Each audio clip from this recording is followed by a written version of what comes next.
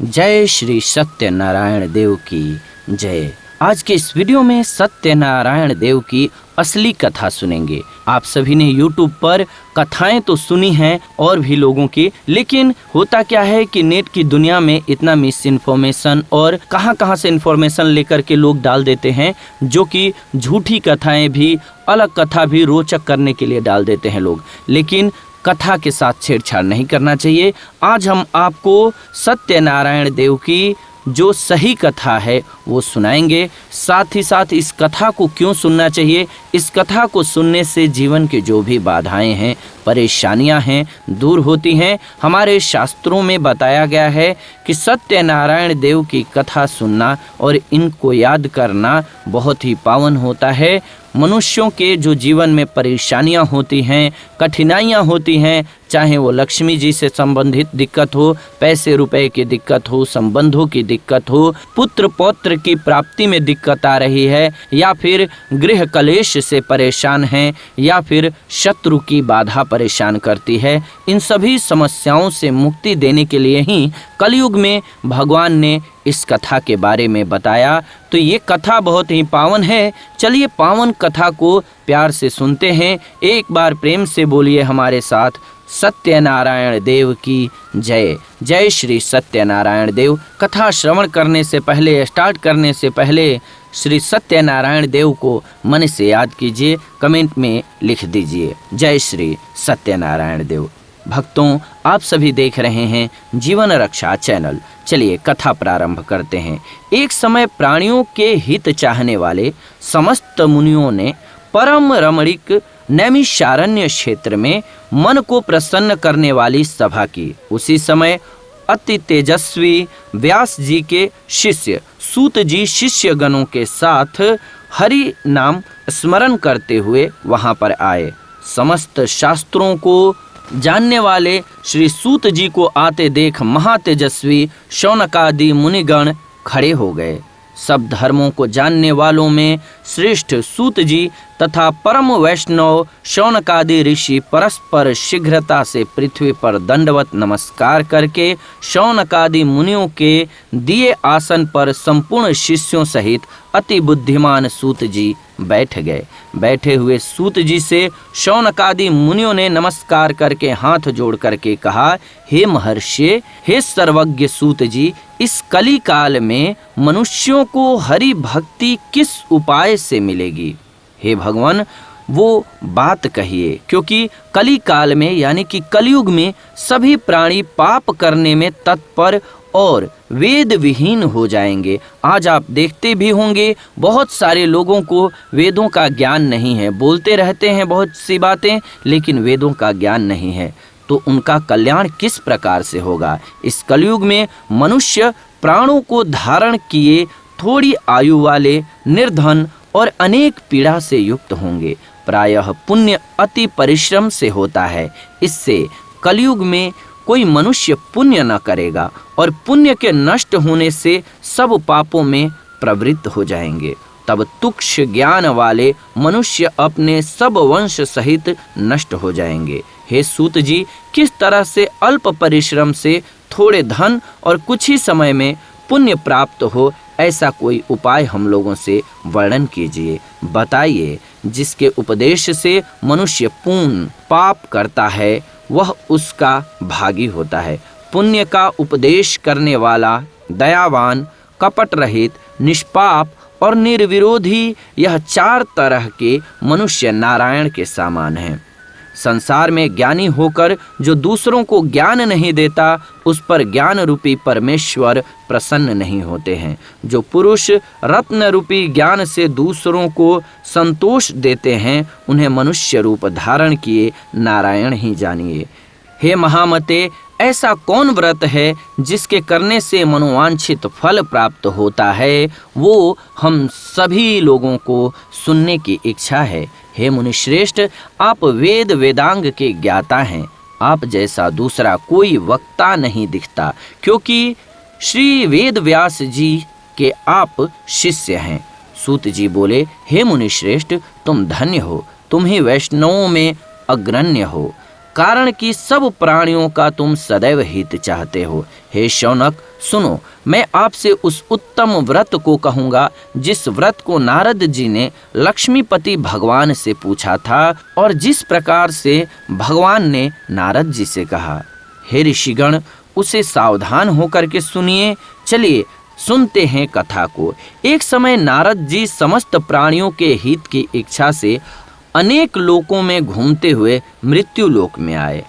यहाँ उन्होंने देखा कि सब प्राणी अनेक पीड़ाओं से युक्त और अनेक योनियों में उत्पन्न होकर के पाप कर्म से दुख पा रहे हैं। ये देख करके विचार किया कि इन लोगों का दुख किस प्रकार से दूर हो।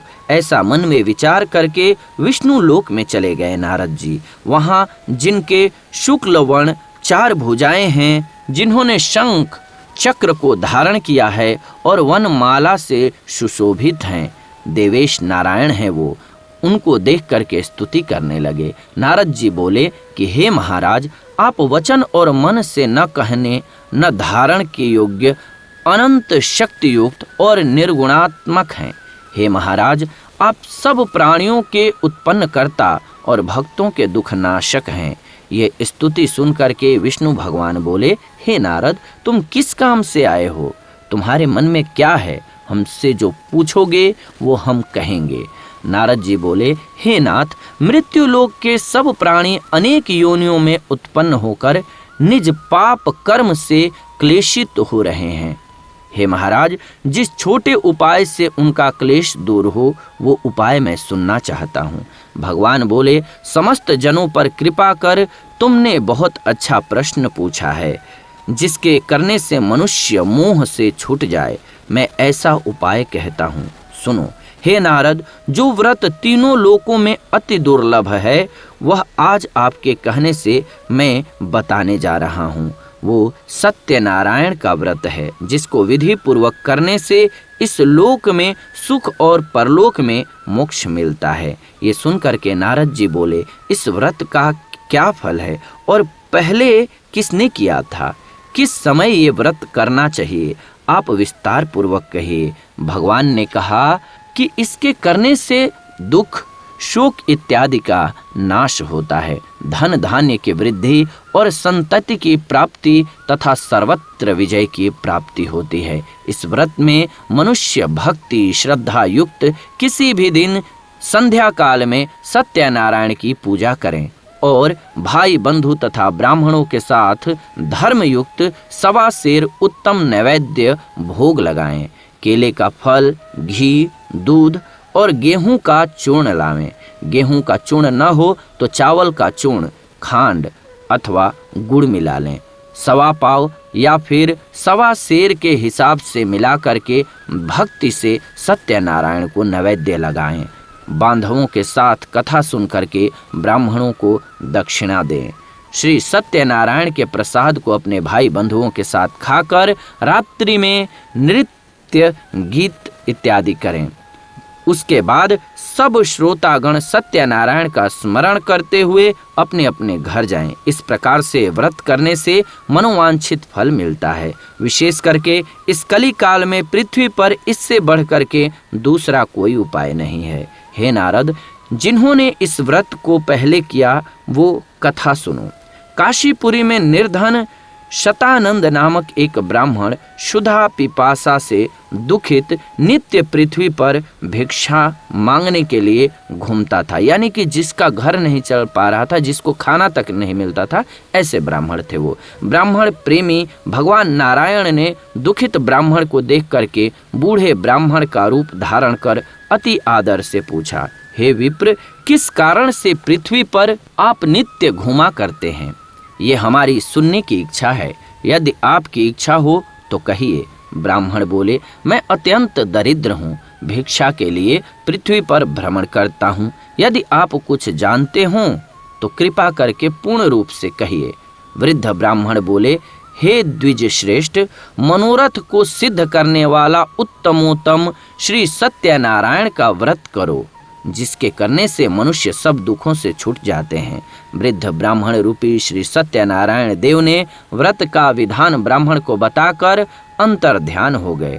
तदंतर ब्राह्मण शतानंद ने मन में निश्चय किया कि मैं कल ही श्री सत्यनारायण का व्रत करूंगा। इसी चिंता में ब्राह्मण को रात भर नींद नहीं आई। सुबह उठ करके उसने ये निश्चय किया कि मैं सत्यनारायण का व्रत अवश्य करूंगा। ये संकल्प करके भिक्षा मांगने को वो चल गया। उस दिन उसको सब दिनों से अधिक द्रव्य मिला। द्रव्य से उसने अपने भाइयों के साथ श्री सत्यनारायण का व्रत किया। उसके प्रभाव से दुखों से छूट करके सर्व संपत्ति से युक्त हो गया। व्रत के प्रभाव से शतानंद नगर भर में श्रेष्ठ माना जाने लगा और तभी से वह ब्राह्मण हर महीने व्रत करने लगा। भगवान ने कहा, शतानंद द्वारा किया हुआ श्री सत्यनारायण का यह पूजन है। इसको जान करके जो मनुष्य व्रत करता है वह सब पापों से छूट करके मोक्ष को पा जाता है। जिस प्रकार पृथ्वी में इस व्रत को मनुष्य करेंगे उनका दुख अवश्य नष्ट हो जाएगा, इसी प्रकार से इस व्रत को करना चाहिए। सूत जी बोले, हे शौनक, विष्णु भगवान ने जिस तरह से कथा कहा वह तुमसे मैंने कहा, और दूसरी बात जो हो वह पूछ लो। शौनक जी बोले, हे सूत जी, उस ब्राह्मण के बाद इस व्रत को किसने किया, वह सुनने की इच्छा है। सूत जी बोले, हे मुनियों, जिसने इस व्रत को किया वो सुनिए। एक समय निज धर्मानुसार जिन बांधवों के साथ व्रत को करने को उद्यत हुआ, उसी समय एक लकड़हारा वहां आया। भूख प्यास से पीड़ित काष्ठ के भार को बाहर रख करके ब्राह्मण के घर में जाकर उसने व्रत करते हुए ब्राह्मण को देखा।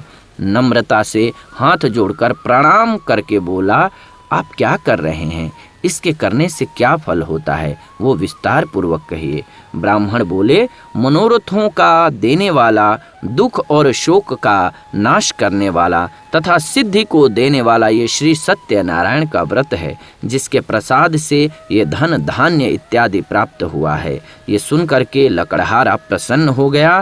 प्रसाद को खाकर और जल पी करके वो भगवान श्री सत्यनारायण का ध्यान करता हुआ अपने नगर को चला गया।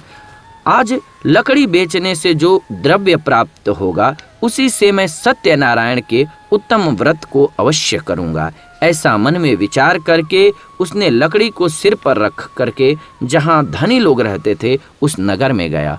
उस दिन लकड़हारे को दुगना द्रव्य प्राप्त हुआ, यानी पैसा प्राप्त हुआ। वह अत्यंत प्रसन्न होकर के सुंदर केले के फल, शक्कर, दूध, घी, गेहूं का चूर्ण सबको सवाई लेकर घर में आकर अपने भाई बंधुओं को बुलाकर विधि से सत्यनारायण का व्रत किया। उस व्रत के प्रभाव से लकड़हारा धन पुत्र से युक्त हो गया। इस लोक में सुख पाकर अंत में सत्य लोक को चला गया। हे मुनिगण, मैं और कथा कहता हूँ, उसको सुनिए।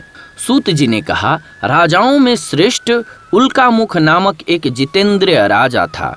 वह सदैव देव मंदिर जाया करता था। वह ब्राह्मणों को नित्य धन देकर संतुष्ट किया करता था। उसकी कमल के सदृश मुख वाली प्रमुग्धा पत्नी थी। वह अपनी स्त्री के साथ भद्रशिला नदी के तट पर सत्यदेव का व्रत करता था। उसी समय वहां एक बनिया आया। वाणिज्य के लिए बहुत धन से परिपूर्ण नाव को नदी के तीर पर लगाकर तट पर वो उतर गया। वह राजा को व्रत करता हुआ देख नम्रता से पूछने लगा। साधु बोला, हे राजन, आप ये क्या करते हैं, वो हमसे भक्ति पूर्वक कहिए, सुनने की इच्छा है। राजा बोला, हे साधु, ये अति तेजस्वी विष्णु भगवान का पूजन है, जो अपने बांधवों के साथ पुत्र इत्यादि प्राप्ति की इच्छा से किया जाता है। तब बनिया नमस्कार करके बोला, हे राजन, इस व्रत को मुझसे कहिए, ये मैं भी करूँगा, कारण कि मेरे भी संतान नहीं है। इस व्रत से अवश्य होगी। वह व्रत की विधि जान करके अपने घर में आकर उसने अपनी स्त्री से ये संतानप्रद व्रत कहा और ये संकल्प किया कि जब मेरे घर संतान होगी तब मैं अवश्य सत्यनारायण का व्रत करूँगा।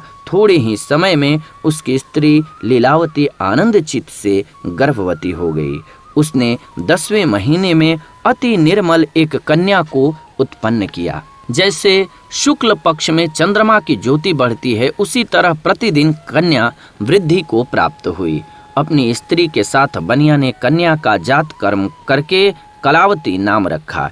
एक दिन लीलावती अपने स्वामी से मधुर वचन बोली कि पहले का संकल्पित व्रत आप क्यों नहीं करते। साधु बोला, हे प्रिय, इसके विवाह के समय में इस व्रत को मैं अवश्य करूंगा। इस प्रकार से स्त्री को समझाकर वो बाहर चला गया। इधर कलावती पिता के घर नित्य बढ़ने लगी। एक दिन धर्मज्ञ साधु बनिया ने सखियों के साथ खेलती हुई लड़की को विवाह के योग्य देख दूतों को बुलाकर कहा, विवाह के निमित्त कन्या के लिए योग्य वर खोज करके ले आओ।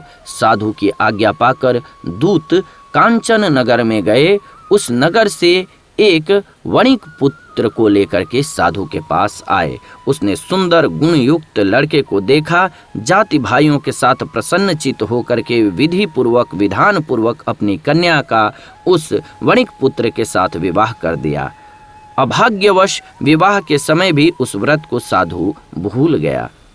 तब सत्यनारायण देव क्रोधित हो गए। कुछ दिन बाद निज कर्म में अति चतुर साहूकार व्यापार की इच्छा से अपने दामाद को लेकर समुद्र के निकट रत्नसार नामक नगर में जाकर व्यापार करने लगा। इसी समय सत्यनारायण स्वामी ने राजा को प्रतिज्ञा से भ्रष्ट देख करके उसको शाप दिया कि तेरे ऊपर बड़ा भारी दुख पड़ेगा। उसी दिन चोरों ने राजा के धन को चुरा अपने पीछे देखते हुए साधु की दिशा को चले। दौड़ते हुए राजा के दूतों को आता देख डर कर धन को यहाँ ही रख करके आप छिप गए। राजा के दूतों ने साधु के निकट आकर राजा के धन को देखा तो साधु को बांधकर आनंदचित हो राजा के निकट ले जाकर के बोले कि हे राजन, दो चोर लोग आए हैं, उनको देख करके आज्ञा दीजिए। राजा ने साधु को देख करके अविचार से आज्ञा दे दी। फिर तो दूतों ने उन्हें खूब बांध करके बंदी खाने में बंद कर दिया। सूत जी बोले, सत्यदेव जी की माया से चंद्रकेतु राजा ने उन दोनों बनियों के वचन को कुछ भी न सुना और उनका सब धन ले लिया। श्री सत्यनारायण के शाप से साधु और दामाद के घर पर स्त्रियां भी बड़ी दुखी हो गईं। चोरों ने घर का धन भी चुरा लिया। आधि व्याधि से पीड़ित और भूखी प्यासी लीलावती अन्न की चिंता से घर घर घूमने लगी और कलावती कन्या भी नित्य ही घूमने लगी। एक दिन रात को भूख से दुखी कलावती एक ब्राह्मण के घर पर गई। वहां सत्यनारायण के व्रत को देख, कथा को सुन, निज मनोरथ को मांगी और प्रसाद को खाकर कुछ रात गए अपने घर आई। तब लीलावती अपनी कन्या को धिकारने लगी, हे पुत्री, इतनी रात तक तुम कहाँ रही? तेरे मन में क्या है? तब कन्या माता से सत्य वचन बोली, हे माता, मनोरथों को परिपूर्ण करने वाले श्री सत्यनारायण के व्रत को ब्राह्मण के घर में देखी हूँ। लीलावती कन्या कलावती का वचन सुन करके श्री सत्यनारायण के व्रत को करने के लिए उद्यत हुई। पतिव्रता साधु की स्त्री अपनी कन्या सहित बंधु बांधवों के साथ सत्यनारायण के व्रत को किया। उसने सत्यदेव से ये दिव्य वर मांगा कि हे सत्यदेव, हमारे पति और दामाद जल्दी अपने घर आएं। मेरे पति और दामाद के अपराध को आप क्षमा करने योग्य हैं, अतः क्षमा कीजिए। इससे सत्यनारायण स्वामी संतुष्ट हो गए और चंद्रकेतु राजा को स्वप्न दिखाया कि हे राजन, कल सवेरे ही दोनों सज्जन बनियों को छोड़ देना और उनका धन भी जो तुमने लिया है वो दे देना, नहीं तो हम धन पुत्र के सहित तेरा राज्य नष्ट कर देंगे। ये बात राजा से कहकर सत्यनारायण प्रभु अंतर ध्यान हो गए। तब प्रातः काल के समय राजा निज जनों के साथ सभा में उपस्थित हो मंत्री जनों से ये अपना स्वप्न सुना करके कहा, बांधे हुए बनियों को शीघ्र छोड़ दो, ऐसा आदेश दिया। ये सुनकर दूत लोग बनियों को बंदी खाने से छुड़ा करके राजा के निकट लाए और विनय युक्त वचन बोले, हे महाराज, हम इन दोनों बनियों को बंधन से छुड़ा करके लाए हैं, अब आपकी क्या आज्ञा है? उन दोनों ने महाराज चंद्रकेतु को नमस्कार करके पूर्व वृतांत का स्मरण करते हुए राजा चंद्रकेतु से साधु तथा दामाद ने कुछ नहीं कहा। वणिक पुत्रों को देख करके राजा आदर से बोले, अभाग्यवश तुमको बड़ा दुख मिला, तुम लोग भय न करना। इस प्रकार राजा ने कहकर उन दोनों के हाथ पैर की हथकड़ी बेड़ी कटवाकर शौर कर्म कराया। फिर वस्त्र और आभूषण इत्यादि दे करके बनिया को अत्यंत संतुष्ट किया। पहले जितना धन लिया था उसका दूना धन दे करके कहा, अब आप अपने घर जाएं। दोनों बनियों ने राजा को नमस्कार करके कहा कि आपकी कृपा से घर जाते हैं। सूत जी बोले, साधु भगवान की मंगलाचार पूर्वक पूजा करके ब्राह्मणों को धन दे करके निज नगर को चला गया। कुछ दूर जाने पर श्री सत्यनारायण देव ने वैश्य के मन की बात जानने के लिए पूछा कि तुम्हारी नाव में क्या है। मदोन्मत्त महाजन बनिया हंसकर बोला, दंडिन, ये क्यों पूछते हो? क्या धन लेने की इच्छा है? मेरी नाव में लता पत्रादिक हैं। तब दंडी ऐसे वचनों को सुन करके बोले कि तेरा वचन सत्य हो। ऐसा कह करके आप समुद्र के पास बैठ गए। दंडी के चले जाने पर नित्य क्रिया कर नाव को ऊपर उठा देख साधु को आश्चर्य हुआ। जो ही उसने नाव में लतादिक को देखा त्यों ही मूर्छा को प्राप्त हो भूमि पर गिर गया और सचेत होने पर अति चिंता करने लगा। साधु से दामाद बोला कि व्यर्थ शोक क्यों करते हो? वे ही दंडी महाराज ने शाप दिया है। वे सब कुछ कर सकते हैं, इसमें संशय नहीं है। इसीलिए उन्हीं की शरण में चलें, क्योंकि मनोरथ उन्हीं से सिद्ध होगा। साधु दामाद के वचन सुन करके दंडी के पास गया और दंडी को प्रणाम करके भक्ति से देख करके आदर युक्त वचन में बोला, जो मैंने आपसे कहा था उस अपराध को क्षमा कीजिए। ये कहकर बारंबार नमस्कार कर शोकाकुल हो गया। तब दंडी उनको रोते हुए देख करके बोले, रो मत, मेरे वचन को सुन। तू मेरी पूजा से सदा मुंह फेरे रहता है और मेरी इच्छा से हे दुर्बुद्धे तुझे बारंबार दुख मिला। भगवान का यह वचन सुन करके साधु स्तुति करने लगा। साधु बोला कि स्वामी, आपकी माया से मोहित ब्रह्मादि देवता भी आपके बड़े अद्भुत गुण और रूप को नहीं जानते। आपकी माया से मोहित मैं मूढ़ आपको कैसे जान सकता हूँ? अतः हमारे ऊपर प्रसन्न हो जाइए। मैं यथा विभव विस्तार से आपका पूजन करूँगा। मैं आपके शरणागत हूँ, मुझे पहले वाला सब धन दीजिए। उसके अभियुक्त वचन सुन भगवान संतुष्ट हो गए और मनोवांछित वर देकर के वहीं अंतर्ध्यान हो गए। साधु नाव को धन से परिपूर्ण देख करके उस पर चढ़ गया। सत्यदेव की कृपा से मनोरथ पूर्ण हुआ। ये बात अपने स्वजनों से कह यथाविधि पूजन कर सत्यदेव की कृपा से बड़ा हर्षित हुआ। नाव को यत्न से सहेज करके अपने देश को चल दिया। अपने नगर के समीप साधु आ करके दामाद से कहने लगा कि वह मेरी रत्नपुरी देखें। ऐसा कह करके उसने धन की रक्षा करने वाले दूत को वहां भेजा। वो दूत नगर में जा करके साधु की धर्मपत्नी को देख करके प्रणाम करके बोला कि ग्राम के निकट दामाद सहित साहूकार बहुत से इष्ट मित्र और धन के साथ आ गए हैं। दूत के मुख से ऐसे वचन सुन करके साधु की स्त्री बड़ी हर्षित होकर के सत्यदेव का पूजन करके कन्या से कहने लगी कि मैं जाती हूँ, तुम भी शीघ्र व्रत समाप्त करके आओ। लड़की इस प्रकार का वचन सुन करके जल्दी व्रत समाप्त करके प्रसाद को भूल से न खा करके अपने पति को देखने चली गई। इससे सत्यदेव क्रोधित होकर के उसके पति को नाव सहित जल में डुबो दिए। कलावती कन्या अपने पति को न देख करके बड़े शोक से रोती हुई भूमि पर गिर पड़ी। साधु ने कन्या को अति दुखी देख करके डरे हुए मन से कहा, ये क्या हुआ? और नाव चलाने वाले भी चिंता करने लगे। तब लीलावती कन्या को दुखी देख करके अति विह्वल होकर के रोने और अपने पति से कहने लगी। इसी क्षण नाव के साथ वे कैसे अलक्षित हो गए। न जाने किस देवता के अनादर से नौका जल में नहीं दिख रही है। श्री सत्यनारायण देव के महात्म्य को कौन जान सकता है? ये कह करके वो अपने जनों के साथ विलाप करती हुई कन्या को गोद में लेकर के रोने लगी और कलावती भी स्वामी को न देखने से अति दुखित हो गई।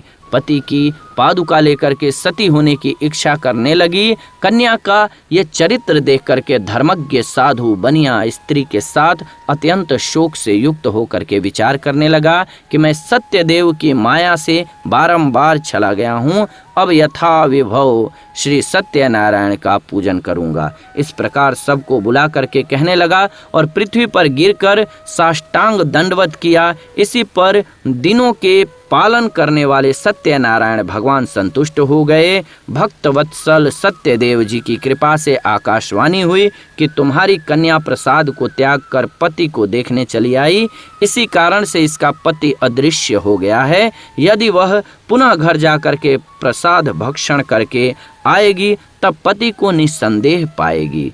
कन्या ने ये आकाशवाणी सुन करके शीघ्र ही घर जाकर प्रसाद लिया और प्रसाद लेकर के आई तो देखी अपने पति को। तब कलावती संतुष्ट होकर के अपने पिता से कहने लगी कि अब शीघ्र ही घर को चलिए, विलंब न करिए। कन्या के वचन सुन करके साधु दामाद सहित संतुष्ट होकर धन और बंधुओं के साथ अपने घर को गया। उस दिन से वो हर महीने संक्रांति पर विधि पूर्वक सत्यदेव की पूजा करने लगा। इस तरह से सुख प्राप्त करके वो अंत में सत्यदेव के लोक को चला गया। फिर सूत जी कहने लगे कि हे मुनि श्रेष्ठ, मैं आपसे और भी कथा कहता हूँ। सूत जी बोले, प्रजा पालन में तत्पर एक तुंगध्वज नामक राजा था, जिसने सत्यदेव के प्रसाद को त्यागने से अति दुख पाया। एक दिन उसने वन में जाकर के मृगा इत्यादि अनेक पशुओं को मारा और पीछे आकर के वट वृक्ष के नीचे श्री सत्यदेव भगवान का पूजन देखा, जिसको गोप लोग बंधु बांधव युक्त संतुष्ट चित्त से करते थे। अहंकार से राजा ने वहां गया नहीं और न सत्यदेव को प्रणाम किया। जब वे गोप राजा को प्रसाद देने लगे तो राजा ने प्रसाद नहीं लिया। तब वे गोप वहां प्रसाद को रख करके चले आए। राजा ने प्रसाद का अनादर किया। इस तरह से प्रसाद का अनादर करने से उसने अति दुख पाया। उस राजा के 100 पुत्र थे, वे मर गए और धन्य धान्य भी नष्ट हो गया। तब राजा ने अपने मन में विचार किया कि सत्यदेव ने ही धन नष्ट किया है, इसीलिए मैं वहीं जाऊं जहां पूजन होता था। ये विचार करके वहां जाकर के अहिरों के साथ भक्ति श्रद्धा युक्त होकर के विधि से उसने सत्यदेव का पूजन किया।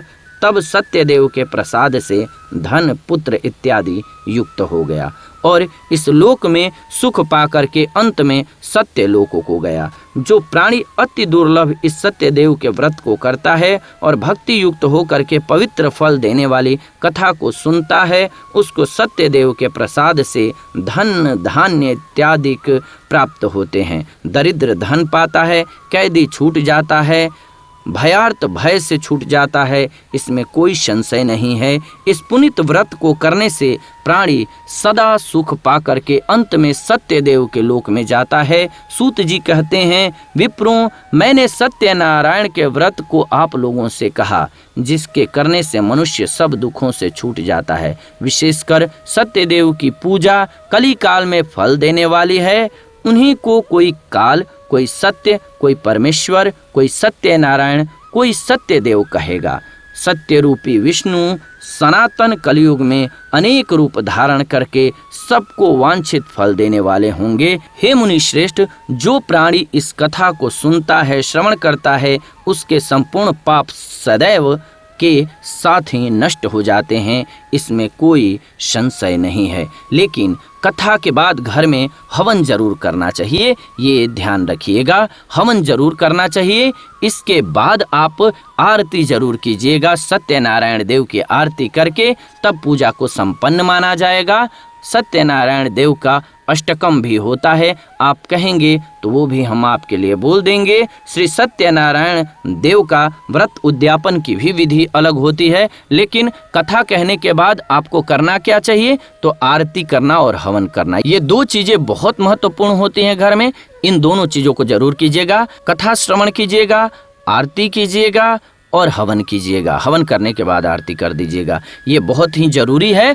इसके बाद आपको पूर्ण फल मिलता है, जीवन में कभी कोई कष्ट सताता नहीं है। बोलिए प्रेम से भक्त वत्सल भगवान की जय। ओम नमो भगवते वासुदेवाय। इस मंत्र को कमेंट में लिख दीजिए। इस मंत्र का 11 बार उच्चारण करिए। इस कथा का रोज जो श्रवण करते हैं एक बार, उनके जीवन में कभी भी परेशानी नहीं आती है। नहीं तो कम से कम महीने में एक बार जरूर सुनना चाहिए संक्रांति के दिन। ये बहुत ही पावन त्योहार है। ऐसी ही नई कथा इस चैनल के माध्यम से लेकर के आते रहते हैं। ऐसी धार्मिक कथाओं को सबसे पहले सुनने के लिए चैनल को सब्सक्राइब कर लीजिए, बेल नोटिफिकेशन को ऑन कर लीजिए ताकि नई वीडियो आपको सबसे पहले मिले। साथ ही साथ वीडियो को लाइक कर दीजिए, शेयर कर दीजिए व्हाट्सएप पे, फेसबुक पे, ताकि सभी को वीडियो मिल सके। चलिए ऐसे ही बने रहिए हमारे साथ। जाते जाते कमेंट में लिखिए जय माँ लक्ष्मी, जय माँ लक्ष्मी, जय माँ लक्ष्मी। ओम नमो भगवते वासुदेवाय।